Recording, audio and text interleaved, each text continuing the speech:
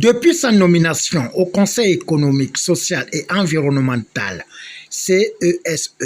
comme président à l'ère de la transition, après une longue période d'exil de 7 ans en France, le docteur Séraphin Mundunga ne cesse de se faire un couloir exceptionnel en hissant son institution au zénith grâce à l'unité et le patriotisme, réaffirmant le rôle crucial de cette institution consultative dans la vision du CTRI pilotée par le général de brigade Brice Clotaire Oligui Nguema. C'est dans ce cadre, lors de la rentrée consultative et des travaux, le mardi 3 septembre 2024, en présence de plusieurs personnalités, notamment le Premier ministre, ministre des Réformes et des Institutions, membre du gouvernement de la transition, le numéro 1 de la province de l'Estuaire,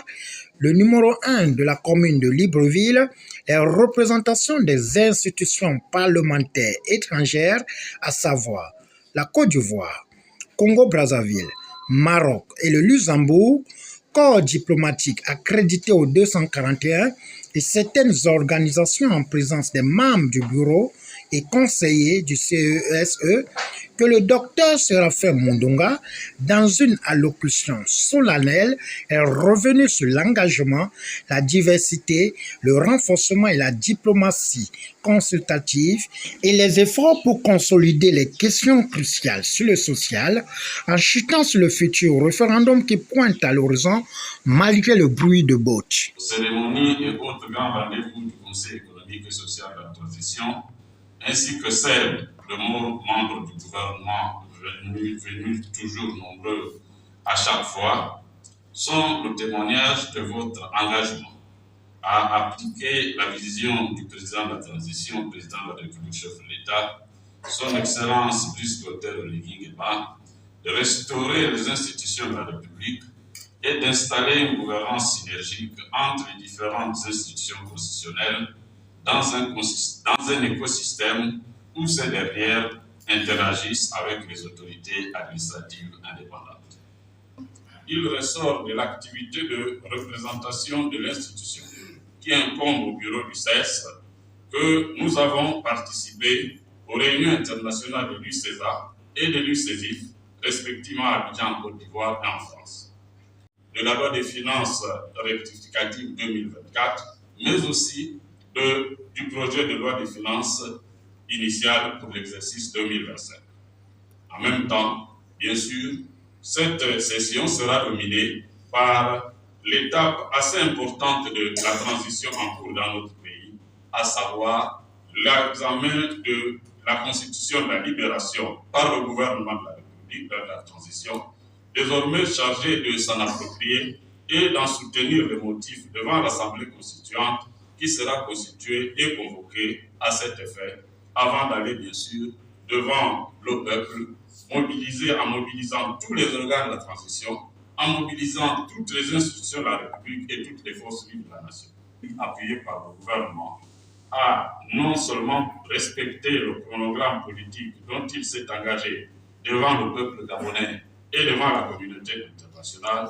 mais aussi il a mis en œuvre un vaste programme économique et social et environnemental, le plan national de développement de la transition, dont le sentiment général qui se dégage est que ce plan apporte un important bol d'air social en restaurant progressivement la dignité et la tranquillité,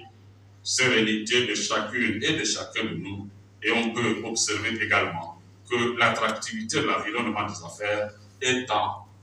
train d'être retournée assez rapidement. Nous constatons que le Gabon, en cours de libération, est en train de progresser vers une ère de l'espérance. C'est donc pour la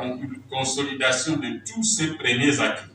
et pour buriner durablement cet essor vers la félicité que le Gabon va se doter de la nouvelle constitution qui va inaugurer une gouvernance novatrice fondée sur notre histoire, notre culture, nos potentialités multiformes et sur la vision à laquelle nous aspirons tous dans un monde de grands défis et de souveraineté étatique, mais aussi un monde d'interdépendance induisant des solidarités locales, de solidarité nationale, sous-régionale et de solidarités internationales.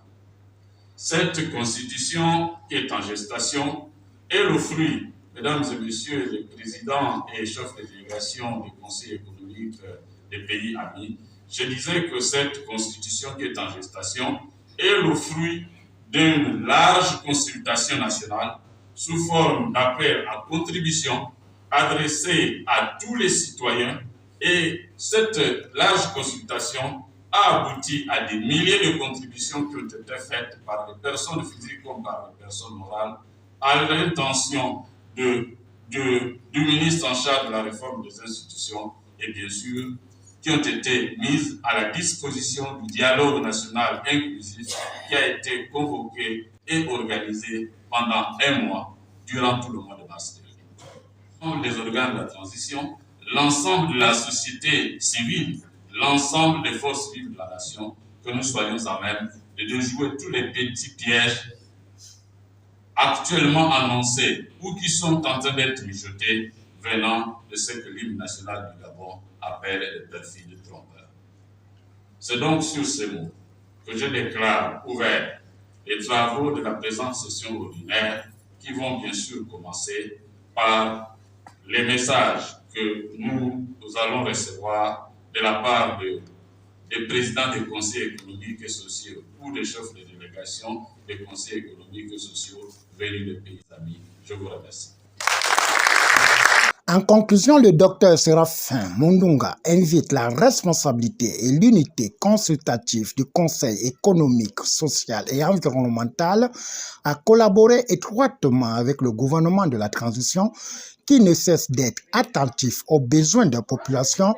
en tenant compte des critiques et suggestions recueillies sur le terrain. Au finish, c'est dans une ambiance bon enfant que cette rencontre a fait tomber son rideau malgré le coup imposé par la SEG en mettant le sable dans le riz lors de la coupure.